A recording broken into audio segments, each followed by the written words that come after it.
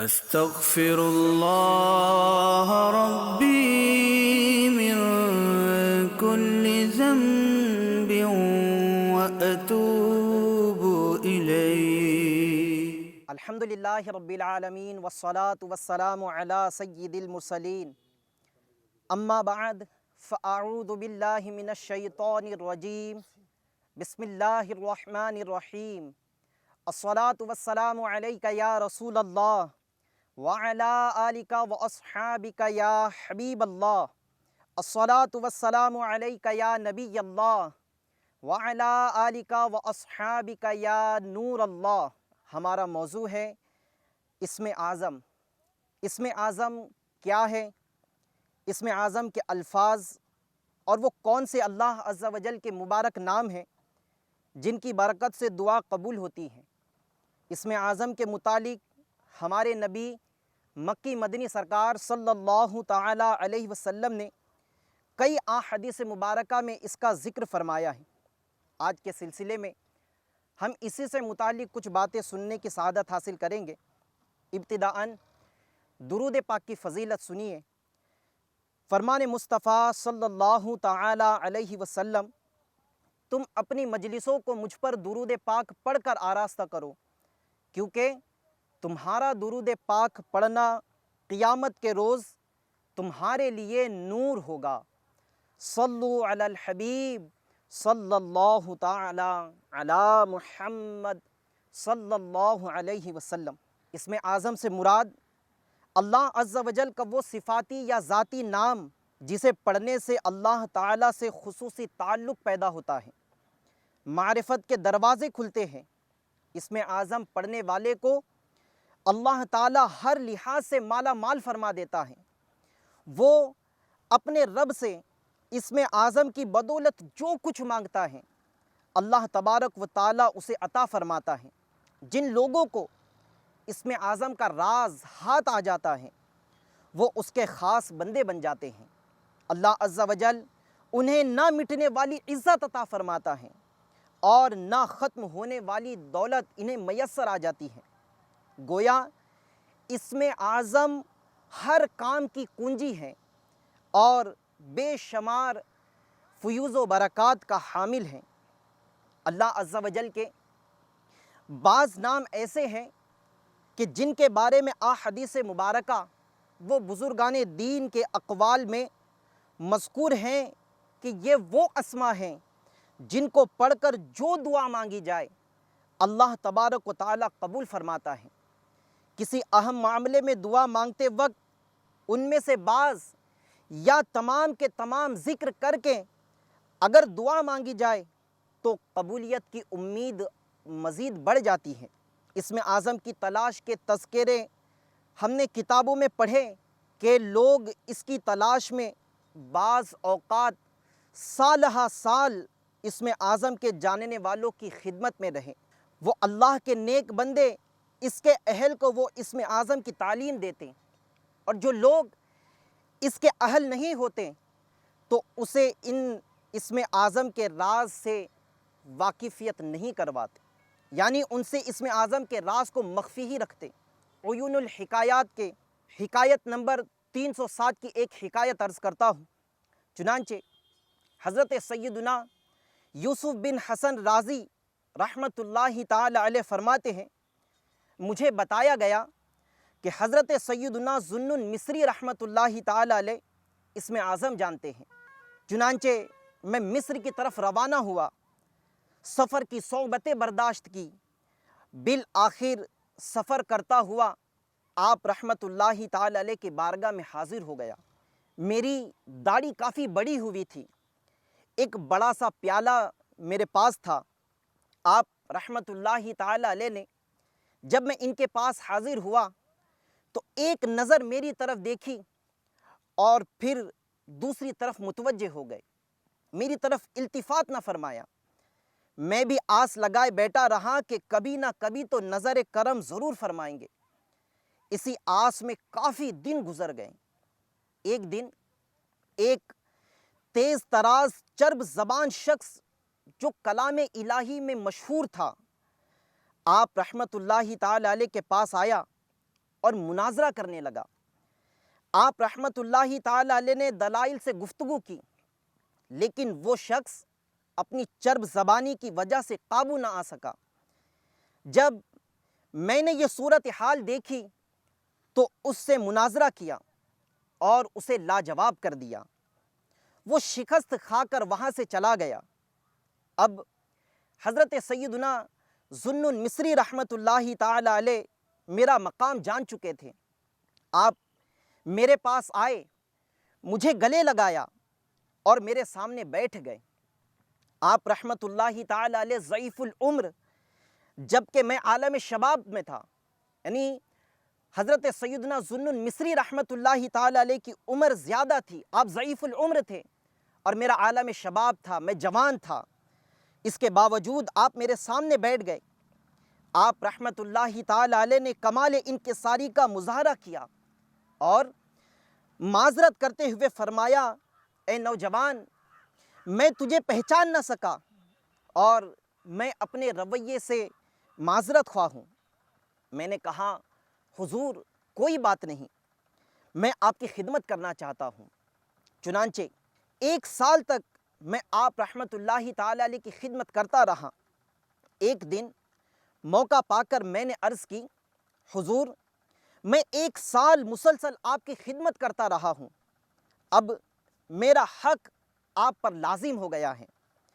مجھے بتایا گیا ہے کہ آپ اسم اعظم جانتے ہیں، 1 سال کے عرصے میں آپ مجھے اچھی طرح جان چکے ہوں گے۔ حضور مجھے یقین ہے کہ میری مثل آپ کسی ایسے کو نہ پائیں گے جسے اسم اعظم سکھایا جائے۔ میں چاہتا ہوں کہ آپ مجھے اسم اعظم کی تعلیم دے دیں۔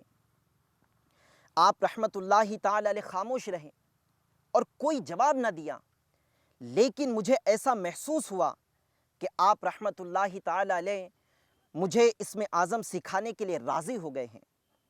میں 6 ماہ تک مزید آپ رحمت اللہ تعالی علیہ کی خدمت کرتا رہا۔ ایک دن آپ رحمت اللہ تعالی علیہ نے ایک تھال اور رومال میں بندھی ہوئی کوئی چیز دے کر فرمایا، اے نوجوان، شہر فسطاط میں رہنے والے ہمارے فلاں دوست کو کیا تم جانتے ہو؟ میں نے کہا، جی ہاں۔ فرمایا، ہماری خواہش یہ ہے کہ تم یہ تھال اس تک پہنچا دو۔ میں نے وہ تھال اٹھایا اور فسطاط کی طرف چل پڑا۔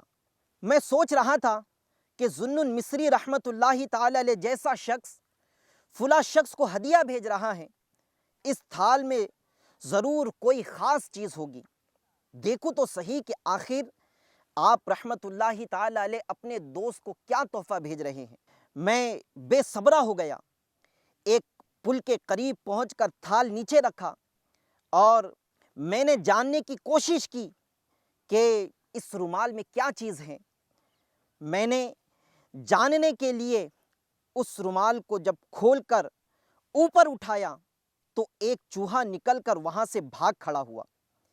یہ دیکھ کر مجھے بہت غصہ آیا اور دل میں کہنے لگا، حضرت سیدنا ذوالنون مصری رحمت اللہ تعالی علیہ جیسے بندے نے مجھ جیسے شخص کے ہاتھوں اپنے دوست کو تحفے میں چوہا بھیج کر میرے ساتھ مذاق کیا ہے۔ چنانچہ اسی غصے کی حالت میں آپ رحمت اللہ تعالی علیہ کے پاس پہنچا۔ آپ رحمت اللہ تعالی علیہ نے میری حالت دیکھ کر فرمایا، اے نوجوان، ہم نے تجھے آزمایا اور ایک چوہا تیرے پاس امانت رکھوایا، لیکن تو چوہے کے معاملے میں بھی خیانت کر بیٹھا۔ اگر میں نے اسم اعظم امانتاً تیرے پاس رکھ دیا تو تیرا کیا حال ہوگا؟ جا، مجھ سے دور ہو جا، تو اس قابل نہیں کہ تجھے یہ دولت دی جائے۔ اب غور کرے کہ ہمارے بزرگان دین اسم اعظم کے معاملے میں کس قدر احتیاط فرماتے تھے کہ اسم اعظم یہ اللہ کے رازوں میں سے ایک راز ہے۔ اسم اعظم یہ اللہ تبارک و تعالیٰ کا وہ خاص اسم، وہ خاص نام ہے جس کی برکت سے جو دعائیں مانگی جائیں وہ اللہ تبارک و تعالیٰ قبول فرماتا ہے۔ حضرت خواجہ نظام الدین اولیاء رحمت اللہ تعالی علیہ فرماتے ہیں، حضرت ابراہیم بن ادھم علیہ رحمت اللہ اکرم سے پوچھا گیا کہ اگر آپ کو اسم اعظم یاد ہے تو فرمائیے گا۔ جواب دیا کہ پیٹ کو حرام لقمے سے پاک رکھو اور دل سے دنیا کی محبت دور کر دو۔ تو جو اسم الہی یعنی جو اللہ کے نام پڑھوں گے وہی اسم اعظم ہوگا۔ یہاں کتنا پیارا عمل حضرت سیدنا ابراہیم بن ادھم علیہ رحمت اللہ اکرم فرما رہے ہیں کہ پیٹ کو حرام لقمے سے پاک رکھا جائے اور دل سے دنیا کی محبت دور کر دی جائے۔ تو جو اسم الہی پڑھ کر دعا کروں گے وہی اسم اعظم ہو جائے گا۔ آئیے ہم احادیث مبارکہ اور اقوال بزرگان دین سے جو اسم اعظم کے الفاظ کے تذکرے ملتے ہیں اس کا یہاں پر بیان سنتے ہیں۔ ہمارے بزرگوں نے ہمیں بتایا ہے کہ کون سے الفاظ، کون سے نام، کون سے جملے یہ اسم اعظم میں داخل ہیں۔ ہو سکے تو اس کو تحریر بھی کر لے۔ یہ بڑی قیمتی چیز آپ کے سامنے بیان کی جا رہی ہے، بہت اہم معلومات ہیں۔ چنانچہ سرکار مدینہ راحت قلب و سینہ فیض گنجینہ صلی اللہ تعالی علیہ وسلم فرماتے ہیں، حدیث میں آیت کریمہ ہے، لا الہ الا انت سبحانک انی کنت من الظالمین۔ یعنی یہ آیت کریمہ لا الہ الا انت سبحانک انی کنت من الظالمین کی طرف نسبت کر کے فرمایا کہ یہ اسم اعظم ہے، جو اس کے ساتھ دعا کرے قبول ہوگی۔ علماء فرماتے ہیں آیت کریمہ قبولیت دعا خصوصاً دفع بلا میں اثر تمام رکھتی ہے۔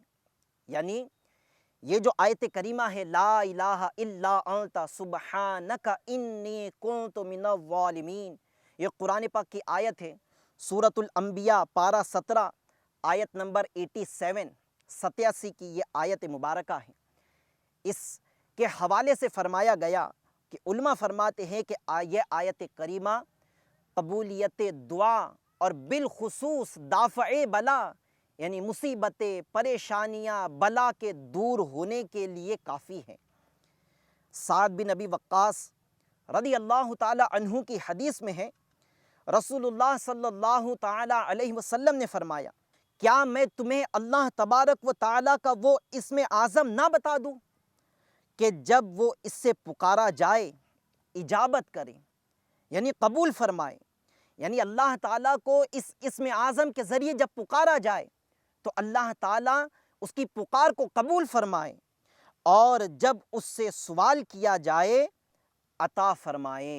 وہ دعا ہے جو یونس علیہ السلام نے 3 تاریکیوں میں کی تھی، جن میں سے ایک تاریکی مچھلی کے پیٹ کی تھی۔ یہی آیت مبارکہ لا الہ الا انت سبحانک انی کنت من الظالمین۔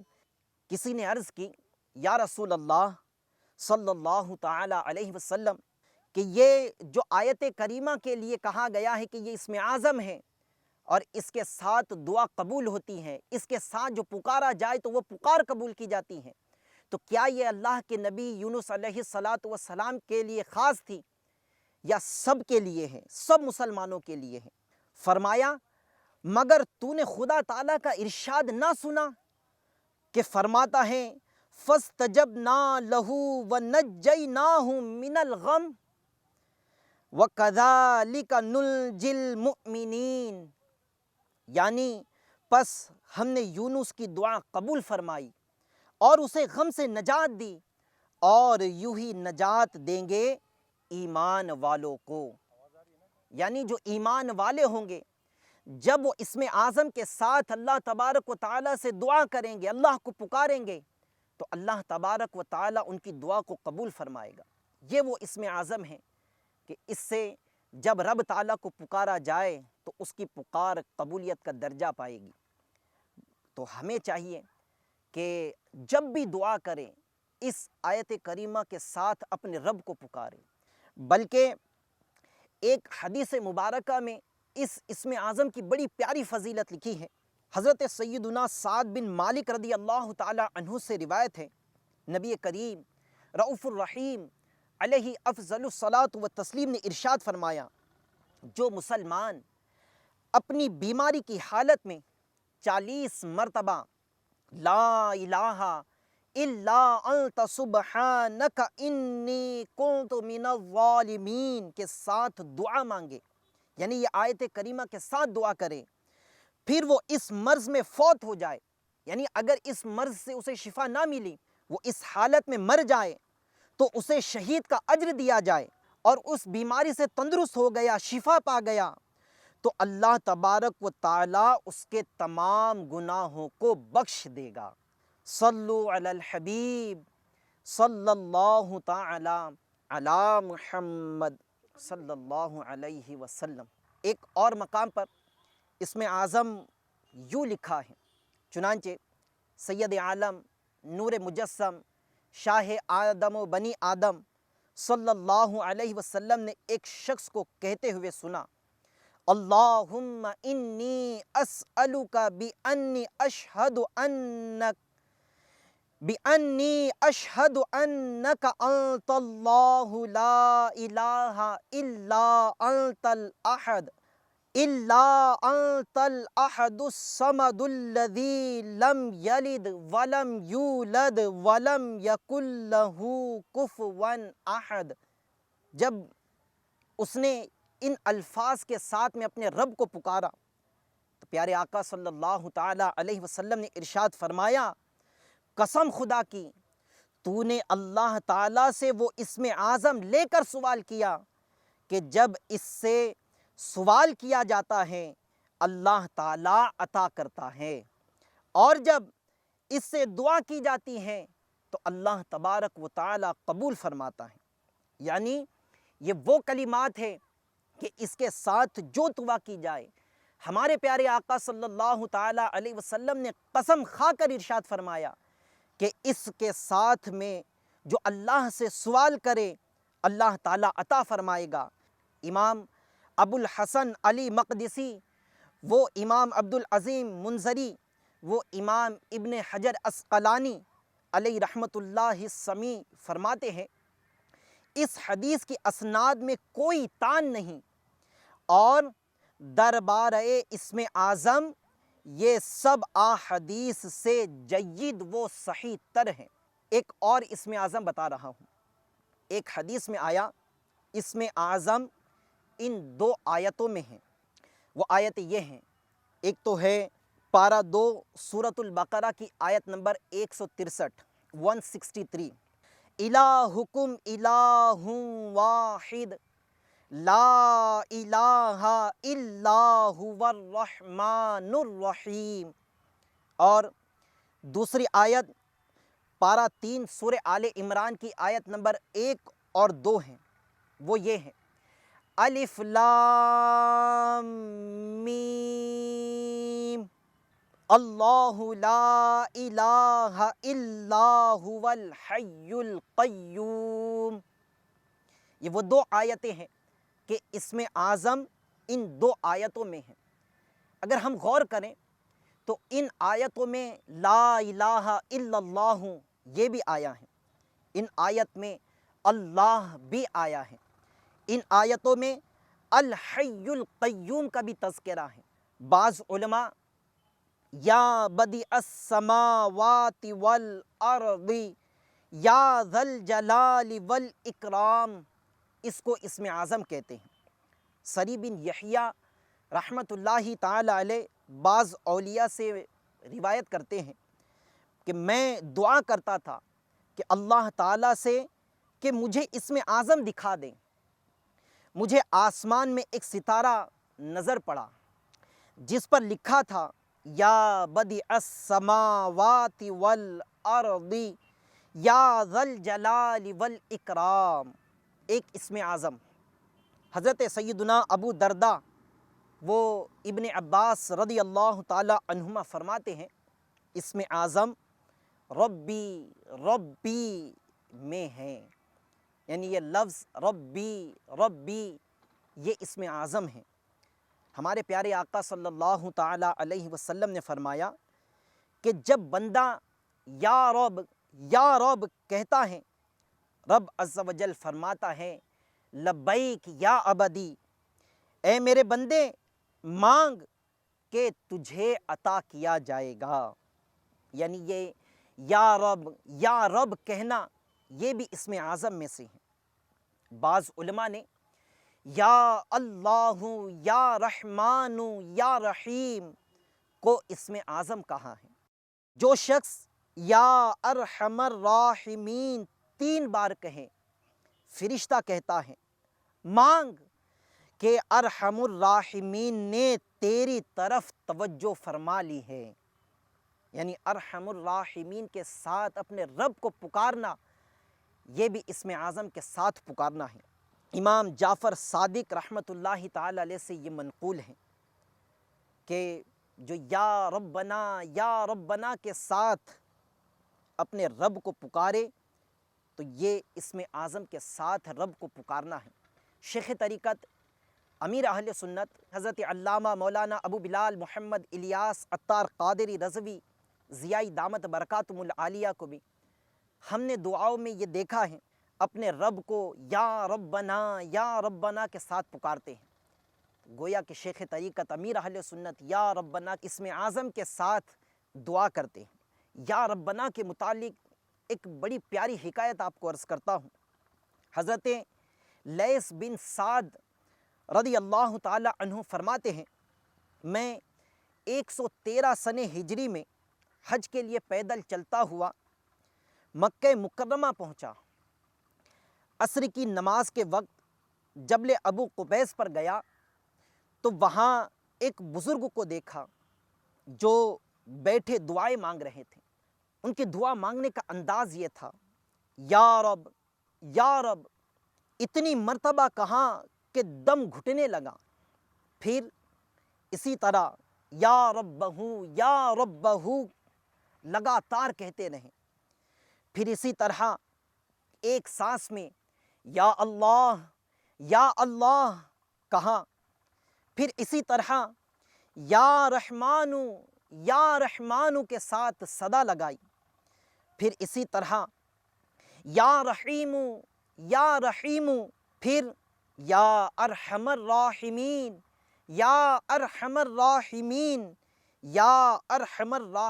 کہتے رہیں۔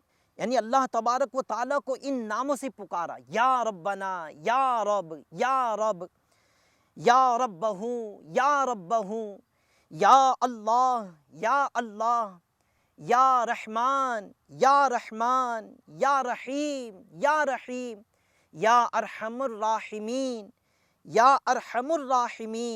اس کے بعد کہا یا اللہ میرا انگوروں کو دل چاہتا ہے، تو عطا فرما، اور میری چادریں پرانی ہو گئی ہیں۔ حضرت سیدنا لیث رحمۃ اللہ تعالی علیہ فرماتے ہیں، خدا کی قسم اسی وقت میں نے ان کے پاس ایک ٹوکری انگوروں سے بھری ہوئی رکھی دیکھی، حالانکہ اس وقت روئے زمین پر کہیں بھی انگور نہ تھے۔ انہوں نے اس دعا میں جب انگوروں کی خواہش کا اظہار کیا تو ان کے قریب انگوروں سے بھری ہوئی ٹوکری رکھی ہوئی تھی اور ساتھ ہی 2 نئی چادریں رکھی ہوئی بھی دیکھی۔ جب وہ انگور کھانے لگے تو میں نے کہا کہ میں بھی آپ کے ساتھ کھاؤں گا۔ فرمایا کیوں؟ میں نے عرض کی اس لیے کہ جب آپ دعا فرما رہے تھے تو میں آمین آمین کہہ رہا تھا۔ فرمایا اچھا آؤ اور کھاؤ، لیکن مجھے ایک نصیحت فرمائی کہ کچھ ساتھ نہ لے جانا۔ میں نے آگے بڑھ کر ان کے ساتھ انگور کھانا شروع کر دیے۔ وہ انگور ایسے عجیب و لذیذ تھے کہ میں نے ان جیسے انگور ہرگز کبھی نہیں کھائے تھے۔ ان میں بیج بھی نہ تھا۔ میں نے خوب پیٹ بھر کر کھائے، مگر لطف یہ کہ ٹوکری میں کچھ کمی واقع نہ ہوئی۔ جتنے انگور کھانے سے پہلے تھے، کھانے کے بعد بھی انگور اتنے ہی اس ٹوکری میں برقرار رہے۔ پھر وہ فرمانے لگے کہ ان دو چادروں میں سے جو چادر تمہیں پسند ہو وہ رکھ لو۔ میں نے کہا کہ چادر کی مجھے ضرورت نہیں۔ فرمایا اچھا ذرا سامنے سے ہٹ جاؤ۔ ایک چادر تہبند کے طور پر باندھ لی اور دوسری چادر اوڑھ لی، اور جو چادریں پہلے سے پہنے ہوئے تھے ان کو لے کر پہاڑ سے نیچے اتر آئے۔ میں بھی ان کے پیچھے ہو لیا۔ جب وہ چلتے ہوئے صفا و مروہ کے درمیان پہنچے تو ایک سائل نے عرض کی، اے ابن رسول، آپ یہ کپڑا مجھے عطا فرما دیں، اللہ تعالیٰ آپ کو جنت کا حلہ عطا فرمائے گا۔ انہوں نے وہ دونوں چادریں اس سائل کو عطا فرما دی۔ میں نے سائل کے پاس جا کر پوچھا کہ یہ بزرگ کون ہیں؟ تو اس نے کہا کہ یہ حضرت سیدنا جعفر صادق رضی اللہ تعالی عنہ ہیں۔ میں نے ان کو اس کے بعد بہت ڈھونڈا کہ ان سے کچھ سنوں اور نفع حاصل کروں، لیکن افسوس میں ان کو نہ پا سکا۔ کیوں کر نہ میرے کام بنے غیب سے حسن، بندہ بھی ہوں تو کیسے بڑے کار ساز کا۔ آج کے سلسلے میں ہم نے اسم اعظم سے متعلق کچھ باتیں سماعت کی۔ ہمیں بھی چاہیے کہ ان اسم اعظم کو اپنی دعاؤں میں شامل کریں۔ جو آیت کریمہ، جو عربی عبارت اسم اعظم کی آپ کے سامنے بیان کی گئی، اگر یہ ابھی یاد نہیں تو وہ آسان الفاظ جن کا ابھی تذکرہ ہوا، جیسے یا ربنا، یا ربنا، یا ربنا، یہ بھی اسم اعظم ہیں۔ یا ارحم الراحمین، یا ارحم الراحمین، یا اللہ، یا رحمان، یا رحیم، یہ وہ آسان الفاظ ہیں، یہ بھی اسم اعظم میں داخل ہیں۔ اگر انہیں ہم اپنی دعاؤں میں شامل کر لیں گے تو اس کے فضائل و ثمرات ہمیں حاصل ہوں گے۔ فضائل کیا ہے؟ جو آپ نے سنے کہ اسم اعظم سے جو دعا کی جاتی ہے وہ دعا قبول ہوتی ہے۔ تو اپنی دعاؤں میں ان اسم اعظم کے ساتھ اللہ کو یاد کرنے کی اپنی عادت بنائیے۔ اللہ عز و جل ہمیں اسم اعظم کے فیوز و برکات سے مالا مال فرمائے، آمین، بجاہ النبی الامین صلی اللہ تعالی علیہ وسلم۔ صلو علی الحبیب صلی اللہ تعالی علی محمد صلی اللہ علیہ وسلم۔